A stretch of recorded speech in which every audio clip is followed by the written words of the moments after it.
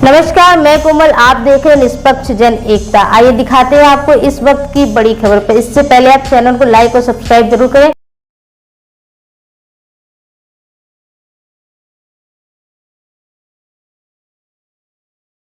नमस्कार, मैं कोमल, आप देख रहे हैं निष्पक्ष जन एकता। आज हम आए हैं Sinha mother and child centre में, जहां पे हम मैडम बबीता सिन्हा जी से बात करते हैं कि जैसे कि गर्भवती महिलाएं होती हैं, उनको किस तरह से ख्याल रखना चाहिए और क्या क्या चीज़ें उन्हें होती हैं। मैम, आपका स्वागत है हमारे चैनल में। क्या कहना चाहिए?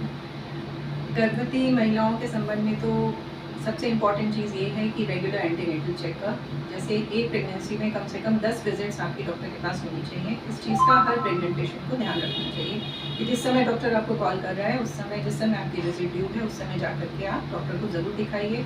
और शुरू से ही जो जाँचें, बेसिक जाँचें होती हैं वो शुरू हो जानी चाहिए। जैसे ही आप कंसीव करिए, फिर अल्ट्रासाउंड समय समय पर होता है, वैक्सीनेशन होता है वो अपने समय पर होना चाहिए। और बाकी जो सप्लीमेंट्स देने होते हैं वो हम जनरली तो सप्लीमेंट्स की सभी प्रेग्नेंट पेशेंट्स को ज़रूरत होती है, बट कुछ लोगों में, जिनमें कुछ पेशेंट्स में जिनमें एनीमिक होते हैं जो, या कोई और विटामिन्स की कमी होती है, उनमें और ज़्यादा ज़रूरत होती है। बहुत ज़रूरी है उनके लिए ये सब। हमारे चैनल के माध्यम से आप क्या मतलब कुछ कहना चाहेंगे हॉस्पिटल के बारे में? हॉस्पिटल के बारे में देखिए, हमारा एक बहुत मतलब कहना चाहिए एवरेज का सेटअप है। और बाकी यहाँ पर सुविधाएं सारी आपको मिलेंगी। गाइनी से रिलेटेड जितनी सुविधाएं सब मिलती हैं, कंसल्टेशन, फैमिली प्लानिंग, ऑप्स की पूरी केयर मिलेगी। और अब अबॉर्शंस की भी फैसिलिटी है, जहाँ पे ज़रूरत होती है, जहाँ पे मैंडेटरी होता है वहाँ पर अबॉर्शन भी किया जाता है। और बाकी जितने भी आपका वैक्सीनेशन है वो बच्चों वाला वैक्सीनेशन से लेकर के जो प्रेग्नेंट लेडीज़ वाला वैक्सीनेशन है वो पूरा कवर होता है। और बाकी डिलीवरी, नॉर्मल डिलीवरी, ऑपरेशन की पूरी फैसिलिटी है। और गाइनी के जितने ऑपरेशन होते हैं वो सब।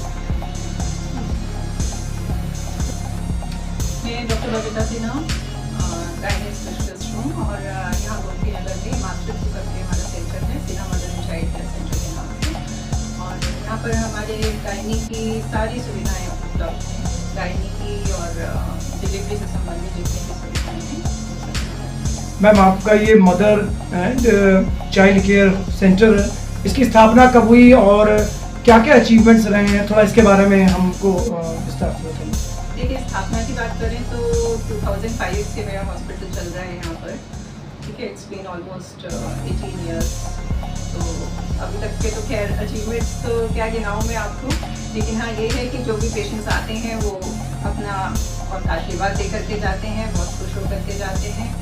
और मतलब कई तो ऐसी फैमिलीज हैं कि जो दूर दूर से फिर वहाँ पर अपने जो डिस्ट्रिक्ट पेरिफेरी वाले एरियाज़ हैं, विलेजेस हैं, वहाँ से अपने रिलेटिव्स को बुला करके भेजते हैं कि आप वहाँ पर जाइए और वहाँ पे आपको बहुत अच्छी केयर मिलेगी। टेंडर लविंग केयर जो एक होती है, जो कि हर मरीज़ की ज़रूरत होती है, वो हमारे दी जाती है।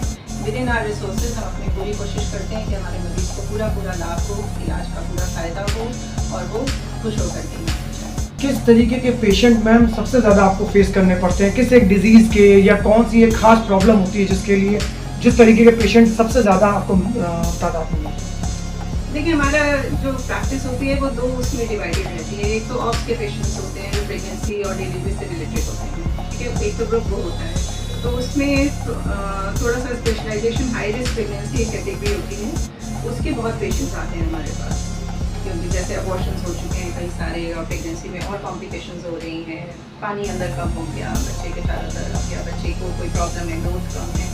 इस टाइप के जो हाई रिस्क पेशेंट्स होते हैं वो काफ़ी आते हैं और उनकी केयर करके बहुत अच्छा भी लगता है, क्योंकि उनको एक शुरुआत से लेकर के और 9 मंथ्स कंप्लीट करके केयर उनकी, और उसके बाद उनको लास्ट डेट तक पहुंचाना वो भी एक चैलेंज होता है। तो मैम, जैसे भी आपने बात की कि हाई रिस्क के जो पेशेंट आपके पास आते हैं, क्या वजहें होती हैं कि इस स्टेज तक पहुंच पाते हैं, और इसके अलावा क्या खास हमें ध्यान उन माताओं को या गर्ल्स को रखना चाहिए ताकि ये स्थितियां ना आ सकें? थोड़ा प्लीज इसके बारे में। देखिए, हाई रिस्क में जो होते हैं कुछ कारण तो ऐसे होते हैं जो कि आपकी टेंडेंसी अगर है तो आप में वो होंगे, जैसे आपकी फैमिली हिस्ट्री है किसी चीज़ की, डायबिटीज़ की, हाइपरटेंशन की, या कुछ और रिलेटेड चीज़ें होती हैं। तो अगर आपकी फैमिली में वो रन कर रही हैं तब तो आप में होने के चांसेस नहीं हैं। लेकिन बहुत सी कंडीशंस ऐसी होती हैं जो कि फेमिलियल नहीं होती हैं, बट तब भी मरीज़ की लापरवाही की वजह से, कि जैसे शुरू से जब कंसीव करने के तुरंत बाद जैसे एंटीनेटल केयर लेनी चाहिए, विजिट्स करनी चाहिए डॉक्टर को, तो वो अपना मरीज़ अपना घर बैठे रहता है कि कोई प्रॉब्लम हमें नहीं है तो क्या ज़रूरत है डॉक्टर को दिखाने की। ना उन्हें कोई गाइड करने वाला होता है, ना उन्हें कोई बताने वाला होता है। तो मेरी अपने सब मरीज़ों से यही एक रिक्वेस्ट रहेगी कि जितने भी जैसे ही आप कंसीव करिए, आप उसमें लापरवाही बिल्कुल मत करिए और शुरू से ही अगर आप दिखाना शुरू करेंगे, सारी जांचें आपकी टाइम पर होंगी, सारी मेडिकेशन आपको टाइम टू टाइम दी जाएगी, सब कुछ होगा, केयर होगी प्रॉपर, तो कॉम्प्लिकेशंस के चांसेस कम हो जाएंगे। ठीक है, इसको काफ़ी हद तक हम प्रिवेंट कर सकते हैं। मैम जैसे आपने बताया कि कई तरीके के पेशेंट यहाँ आते हैं, देखिए मैम कई बार ऐसा होता है कि कुछ ऐसे पेशेंट्स भी होते हैं और कई जगहों पर देखा गया है जो इस स्थिति में नहीं होते हैं कि वो अपने ट्रीटमेंट को करवा सकें, तो हॉस्पिटल किस तरह से उनकी मदद करता है या कुछ इस पुअर कंडीशन के लोग हैं उनके लिए क्या हॉस्पिटल फैसिलिटीज़ देता है? हाँ, देखिए इस तरह के पेशेंट तो बहुत आते हैं, मतलब आप मान के चलिए कि 20-30% पेशेंट जो हैं वो इसी तरह के होते हैं जो कि बहुत बुरी हालत में आते हैं, ना इलाज के पैसे हैं, ना जांचों के पैसे हैं और सब जगह से जवाब मिल चुका है। तो ऐसे पेशेंट्स की हमारी पूरी कोशिश यही रहती है कि ऑन ह्यूमैनिटेरियन ग्राउंड्स की उनकी जितनी भी मदद कर सकते हैं वो करते हैं। केयर देने मतलब मेडिकल केयर देने के अलावा बाकी जो उनकी हेल्प है कि वो इधर उधर भटके ना, कम से कम खर्चे में उसका काम हो जाए, सारी जांचें हो जाए, सारा इलाज हो जाए। और जो हमारे पास मेडिसिन रहती हैं सैम्पल की, कभी कभी अक्सर ही मरीजों को वो मेडिसिन प्रोवाइड कर देते हैं।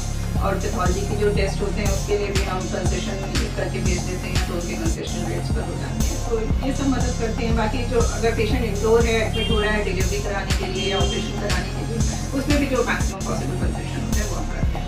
क्या डॉक्टर साहब कभी कुछ ऐसी स्थिति भी आती है कि पेशेंट को घर पे जा करके देखने की स्थितियाँ आती है, तो उसमें क्या कभी हॉस्पिटल इन सब चीज़ों के लिए सोच सकता है थोड़ा? देखिए पहले तो ये सिस्टम काफ़ी था, लेकिन अब जैसे जैसे सिनेरियो चेंज हो रहा है मेडिकल प्रैक्टिस का, तो उसमें थोड़ा सा डॉक्टर्स भी इनसिक्योर फील करने लगे हैं और होम विजिट्स में अभी आई डोंट थिंक कि बहुत सारे डॉक्टर्स प्रेफर करते हैं इस चीज़ को।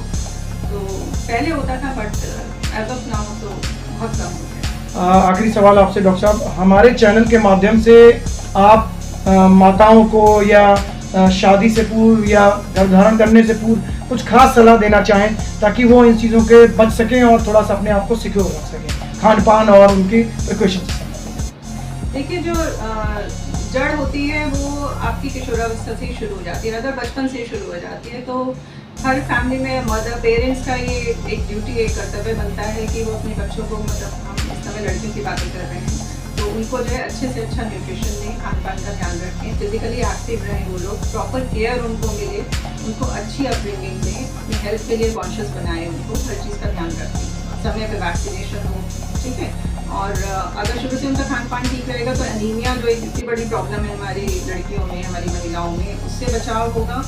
और बाकी ये है कि जागरूक रखने की ज़रूरत है कि हाँ आपको ज़रा सी भी कोई प्रॉब्लम हो तो आप झिझकिए नहीं, जाकर के डॉक्टर को कंसल्ट करिए, शुरू से ही अपना इलाज कराइए और वो नौबत मत आने दीजिए कि कॉम्प्लिकेशन। बहुत बहुत शुक्रिया, धन्यवाद।